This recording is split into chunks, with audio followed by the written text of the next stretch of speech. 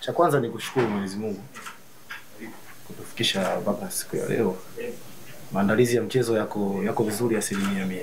Kwa hiyo tunashukuru Mwenyezi Mungu ametuamsha salama na tunaomba kesho atuamshe vyema zaidi tuweze kuperform kwenye mechi ya Singida. Sawa, mechi ngumu kama hizi kwa ninyi kama wachezaji mnazichukua kwa namna ipi? Yaani mnazichukuliaje mechi kubwa dhidi ya hizi timu kubwa kama hizi? Sisi kama wachezaji, mechi ni mechi, hakuna mechi ndogo. Kwa hiyo kila mechi inafuatana na mwalimu na mfumo anaotaka tucheze. Kwa hiyo sisi kama wachezaji hakuna mechi ndogo, mechi ni mechi.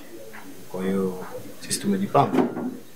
Niondoe shaka kwa mashabiki wa Pamba Jiji.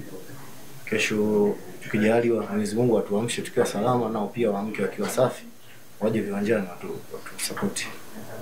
Sawa, swali kwa mchezaji, naomba Yona Hamus niko hapa kwa ajili ya mchezo kesho. Yona, tangu ligi imeanza umekosekana kwa sababu ya majeraha.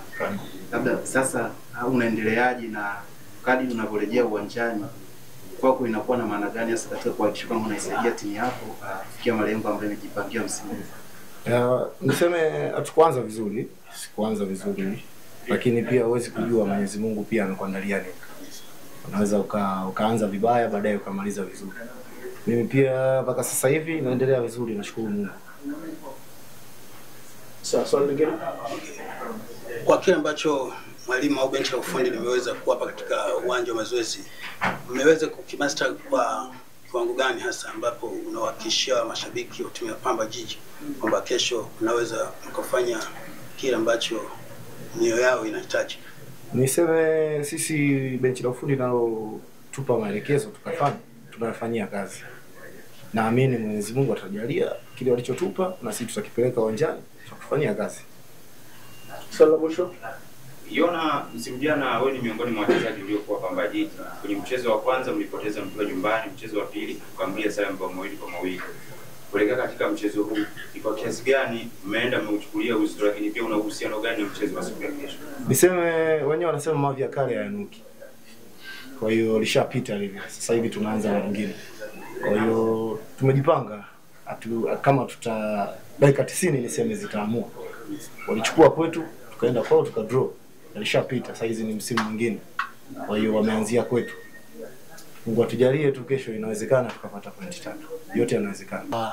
Kwa wachezaji wangu naangalia mchezaji gani ataweza kufiti katika ile mbinu ambayo nataka kuitumia. So mimi kile naweza sema kuwa ni vijana wangu wako ready na kikosi ambapo naweza sema kuwa sina uoga wote. Na kikosi ambapo tunajua Singida Big Star ni timu kubwa. Naona mnavyosema, lakini mimi nitaichukulia kama manake katika historia ukiangalia Pamba na Singida, Pamba ina historia. So tunaweza sema pia sisi ni wakubwa na naweza sema kuwa tuko ready na najua tunacheza timu gani na vijana wangu najua kile ambao watakifanya katika uwanja kesho watu wengi wataamini.